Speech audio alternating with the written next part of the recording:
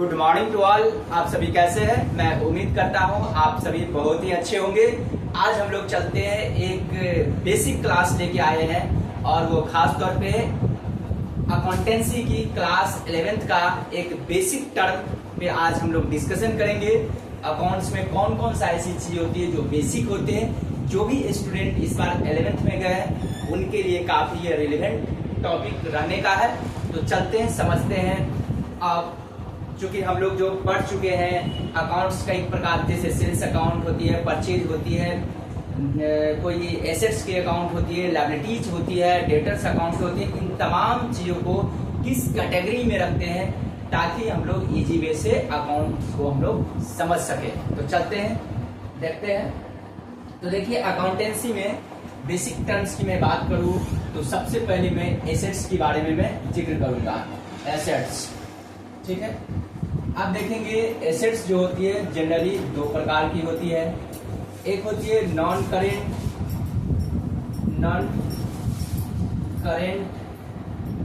Current assets, ठीक है, और दूसरी होती है करेंट एसेट्स। करेंट एसेट्स, ठीक है। आप समझते हैं एसेट्स क्या होती है तो समझेंगे। कॉमर्स की भाषा में, अकाउंटेंसी में एसेट्स क्या है तो कोई बिजनेस का एक रिसोर्सेस है, एक थिंग्स है which can generate revenue in future time. कहता है एसेट्स कोई थिंग्स है, कोई रिसोर्स है जो बिजनेसमैन को इन फ्यूचर के लिए रेवेन्यू जनरेट करती है। जैसे लैंड हुआ, बिल्डिंग हुआ, प्लांट हुआ, मशीनरी हुई, ट्रैक्टर हुआ, कैश हुआ, बैंक की बैलेंस हुआ।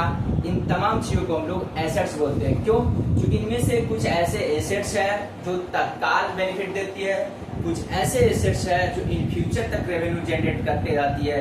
तो जो इन फ्यूचर तक रेवेन्यू जनरेट करते रहती है या वो एडमिनिस्ट्रेटिव पर्पस के लिए रखी जाती है तो उसको हम लोग एसेट्स बोलते हैं। हमेशा याद रखेंगे, बिजनेस में गुड्स और एसेट्स दोनों दो चीजें हमेशा याद रखेंगे। देखेंगे, एक जो होती है गुड्स होती है, गुड्स का मतलब एक होती है गुड्स और दूसरी होती है एसेट्स, ठीक ना। दोनों दो चीज होती है बिजनेस की भाषा में। गुड्स का मतलब सामान हुआ।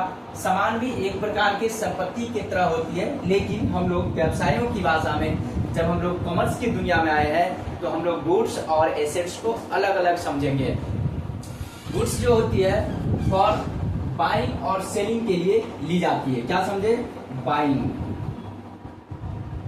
बाइंग या सेलिंग के पर्पज से ली जाने वाले जो एसेट्स होती है या गुड्स होती है उसको हम लोग गुड्स बोलते हैं, ठीक ना।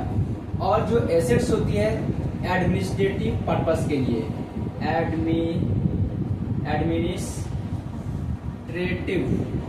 एडमिनिस्ट्रेटिव पर्पस के लिए होती है। एडमिनिस्ट्रेटिव पर्पस के लिए या रेवेन्यू जनरेट करने के लिए एसेट्स होती है, ठीक है।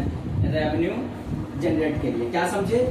जब कोई सामान व्यवसायों के लिए बाइंग और सेलिंग के पर्पज से ली जाती है या उसका प्रोडक्शन की जाती है तो उसको हम लोग क्या बोलते हैं? गुड्स बोलते हैं। जैसे फॉर एग्जांपल मैं बता रहा हूँ, जैसे कोई टाटा मोटर्स कंपनी है।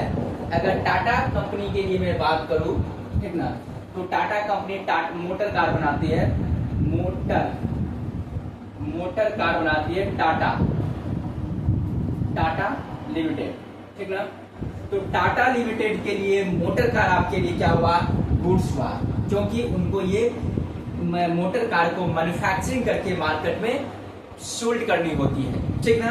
तो उनके लिए एक प्रकार के गुड्स हुआ।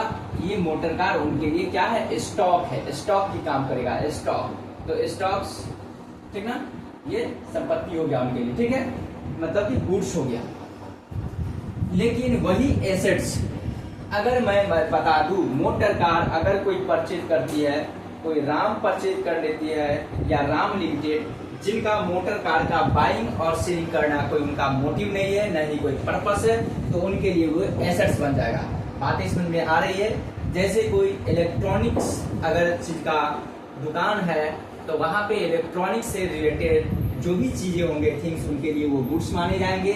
लेकिन वही इलेक्ट्रॉनिक आइटम कोई दूसरा बिजनेसमैन परचेज कर लेंगे अपने यूज करने के लिए, एडमिनिस्ट्रेटिव पर्पस के लिए, या उससे अपना रेवेन्यू जनरेट करने के लिए, तो उनके लिए वो एसेट्स हो जाएगा। आई होप आपको बातें समझ में आ गया होगा कि एसेट्स क्या है, गुड्स क्या है, इन तमाम चीजों को हम लोग समझते चलेंगे। तो जो बिजनेस के पर्पज से लेते हैं बाइंग सेलिंग के लिए, उनके लिए वो गुड्स मानी जाती है, और जो एडमिनिस्ट्रेटिव पर्पस या तो रेवेन्यू जनरेट के लिए लेती है, उनके लिए क्या हो जाती है, एसेट। जैसे कोई बिल्डिंग बनाया और उस बिल्डिंग को वो भाड़ा पे लगा कर रेवेन्यू जनरेट करेंगे, उनके लिए एसेट्स होगी, ठीक ना। लेकिन वही बिल्डिंग कोई कंस्ट्रक्शन कंपनी है, वो कंस्ट्रक्ट करेगी, बिल्डिंग को बनाएगी, वो बिल्डिंग को बना करके क्या करते हैं, सोल्ड करती है, तो उसके लिए फिक्स एसेट्स नहीं मानी जाएगी, ठीक है। आई होप आपको बातें समझ आ रही होगी। एसेट्स समझे, आप समझेंगे एसेट्स दो प्रकार के होगी। एक तो होती है नॉन करेंट एसेट्स, ठीक ना। तो नॉन करेंट होती है जो मोर देन, जो आपको होती है मोर देन 1 ईयर। वैसा एसेट्स जो 1 वर्षों से अधिक के लिए होती है, उसको हम लोग बोलते हैं नॉन करेंट एसेट्स। जैसे आपके पास है कंप्यूटर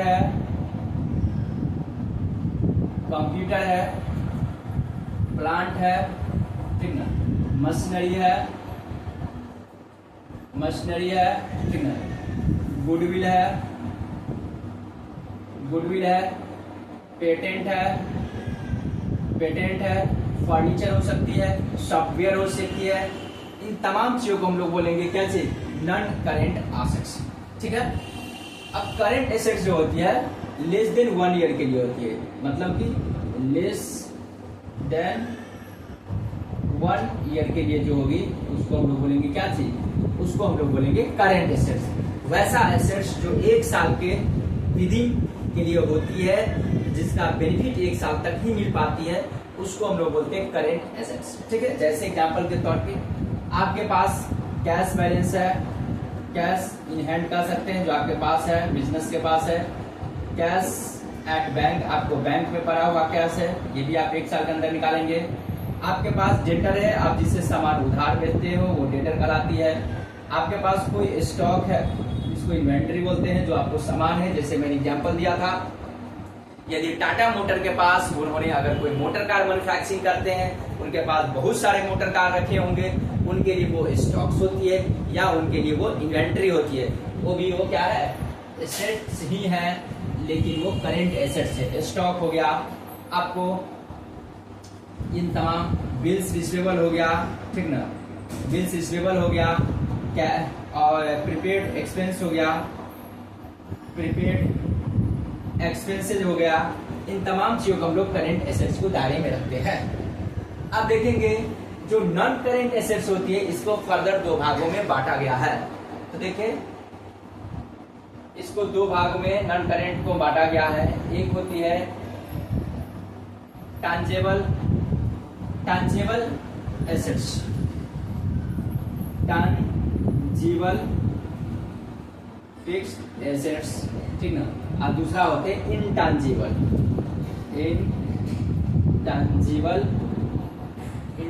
एसेट्स से मैं बोलता हूँ, ज्यादा अच्छा लगेगा, इंटांजिबल एसेट्स, ठीक है। टांजिबल एसेट्स,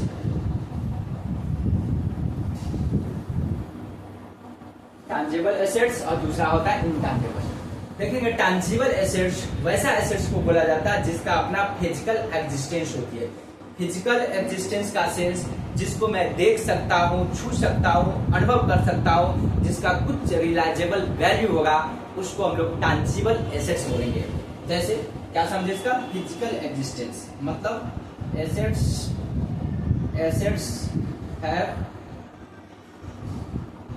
फिजिकल एग्जिस्टेंस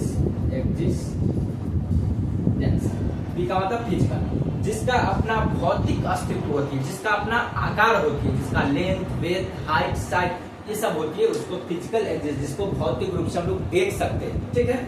जैसे इसी में से लीजिए, कंप्यूटर को आप देख सकते हो, कंप्यूटर हो गया, ठीक है।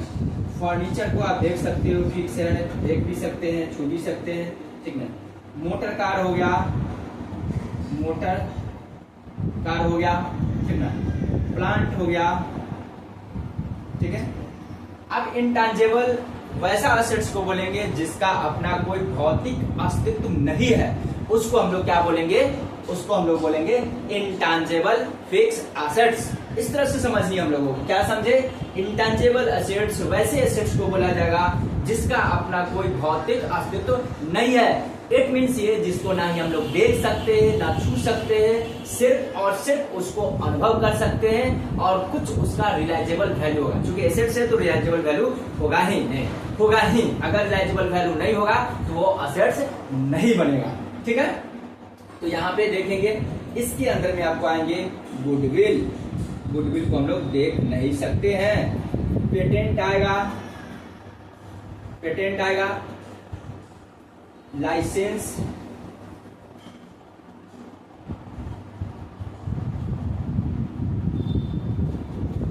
लाइसेंस आएगा, ठीक है, कॉपीराइट आएगा, कॉपीराइट, ठीक है, कोई ट्रेडमार्क आएगा, ट्रेडमार्क आएगा, ठीक है।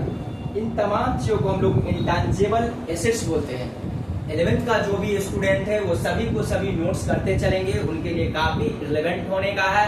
क्योंकि जब तक हम लोग एसेट्स और लायबिलिटीज के बारे में नहीं समझेंगे तब तक हम लोग बैलेंस शीट के बारे में नहीं समझ पाएंगे, ना ही इनकम एक्सपेंस का नॉलेज होगा तो हम लोग प्रॉफिट स्टेटमेंट नहीं बना पाएंगे। और साथ ही साथ एसेट्स, लायबिलिटी, इनकम एक्सपेंडिचर को ज्ञान नहीं होगा तो हम लोग एक अच्छे तरीका से जर्नल एंट्री भी नहीं बना पाएंगे। इसलिए आप लोग इस चैनल को स्टार्ट से लेकर एंड तक बने रहेंगे, क्योंकि जितने भी अकाउंटिंग टर्म होगा बेसिक, उन तमाम चीजों को मैं आज एक ही वीडियो में आज मैं कवर अप करने वाला हूँ। ठीक है, और साथ ही साथ आज रक्षाबंधन भी है तो इसलिए मैं बता देता हूँ रक्षाबंधन को कि शुभ अवसर पे आप सभी को ढेरों सारे बधाई। क्योंकि मैंने स्टार्ट में आप लोगों को बधाई नहीं दे पाया था तो बीच में तो दे ही सकता हूँ, तो इसलिए आप लोग रक्षाबंधन में इतना मेहनत कर रहे हो, इसलिए एक एक चीज को आप लोग नोट करोगे। ठीक है, आई होप कि आप लोग को बातें समझ में आ गई होगी। अब मैं आगे चलता हूँ। एक चीज और मैं बताना चाहता हूँ, देखें, एक होता है फिक्टिशियस एसेट्स होता है, इसी में एक अलग होता है, उसका तरीका जानना नहीं जरूरी है लेकिन फिर भी हम लोग को जानकारी चाहिए। ठीक है, फिक्टिशियस एसेट्स, ठीक है, फिक्टिशियस एसेट्स क्या होता है इसके बारे में थोड़ा समझते हैं। देखेंगे, ये वैसा एसेट्स होता है जिसका कोई रिलाइजेबल वैल्यू नहीं होती है। वो वास्तव में वो एसेट्स होती नहीं है लेकिन उसको एसेट्स माना जाता है। जैसे हैप्पी एडवर्टीजमेंट एक्सपेंडिचर,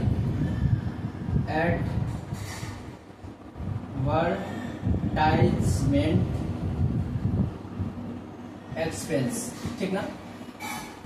इसको बैलेंस शीट में हम लोग शो करते हैं और प्रॉफिट एंड लॉस में भी शो करते हैं। ऐसा क्यों, वो जरा समझिए। अगर मान कर चलिए 1 लाख रुपीज हमने एडवर्टीजमेंट किया, ठीक ना, 5th ईयर के लिए, तो हम लोग क्या करते हैं, इसको प्रोपोर्शनेटली 5 सालों में क्या करते हैं, डिवाइड कर देते हैं।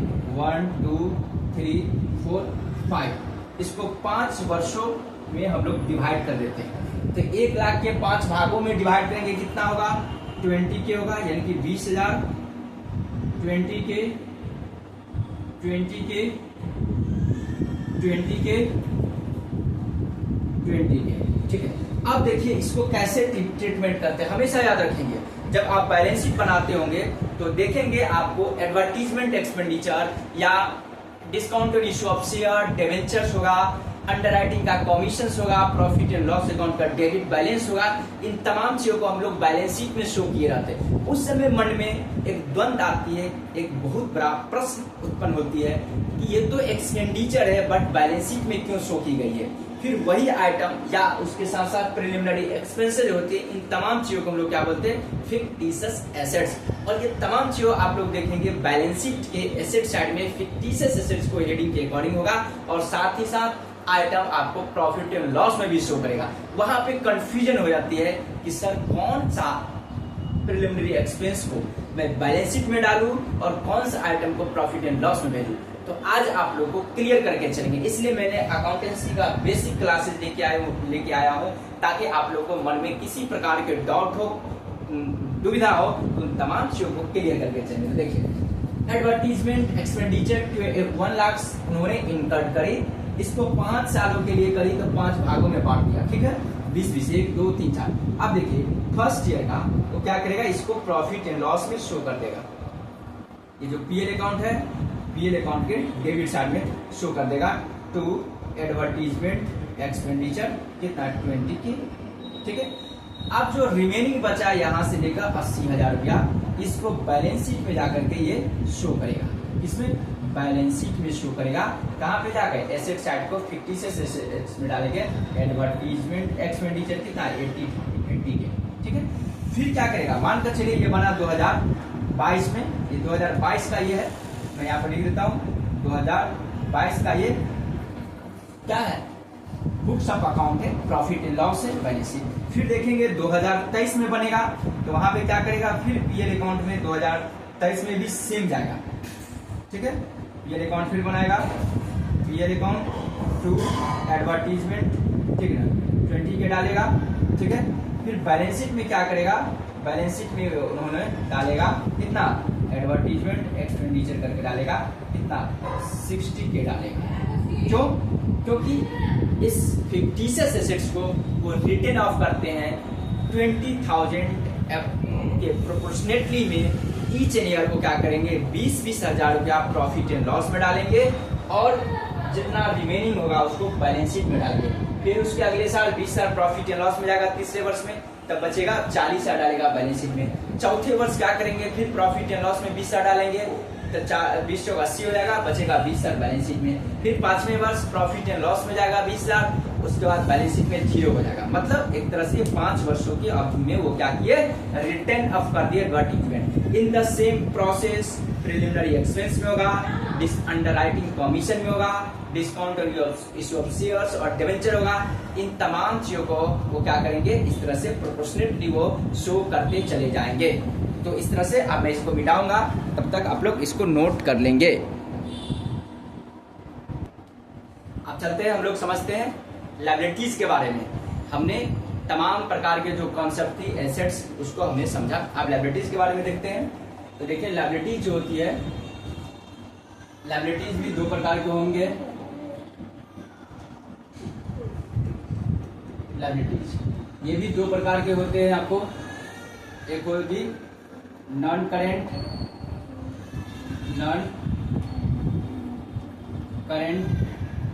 लायबिलिटीज, ठीक है, और दूसरा होगा करेंट लायबिलिटीज। क्या समझे, लायबिलिटीज भी 2 प्रकार की होती है, एक होती है नॉन करेंट और दूसरा होती है करेंट।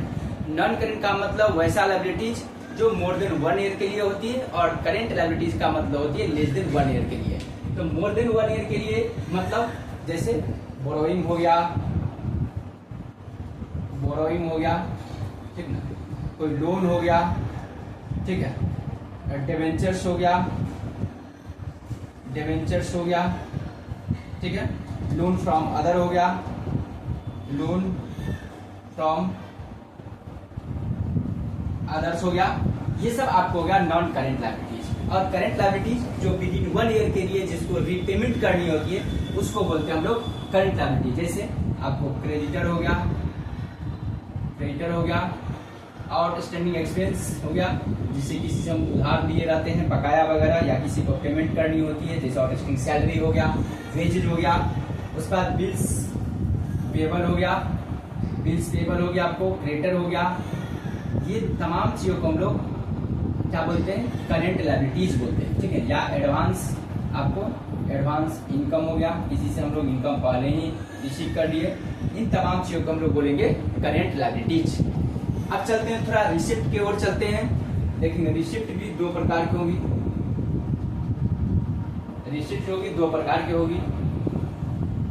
रिसिप्ट जो आपको रेवेन्यू आता है, रिसिप्ट मतलब जो प्राप्ति होती है, ठीक ना, ये भी 2 प्रकार की होती है। एक होती है कैपिटल रिसिप्ट,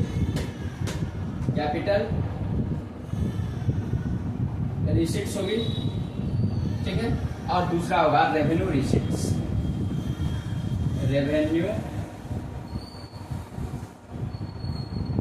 होगा, ठीक है।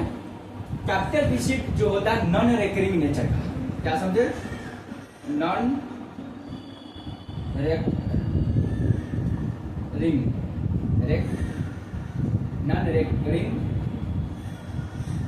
ये होता है रिकरिंग नेचर का, रेकरिंग नेचर का होगा।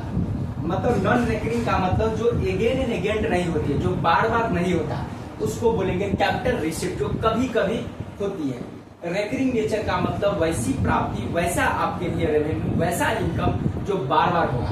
तो नॉन रेकरिंग जैसे आपको पैसा आएंगे कब, तो जब आप कोई फिक्स एसेट्स को बेच देंगे उससे पैसे, जैसे सेल ऑफ, इसका एग्जांपल में आएगा सेल ऑफ कोई भी फिक्स एसेट्स या नॉन करेंट एसेट्स को बेचेंगे, ठीक है।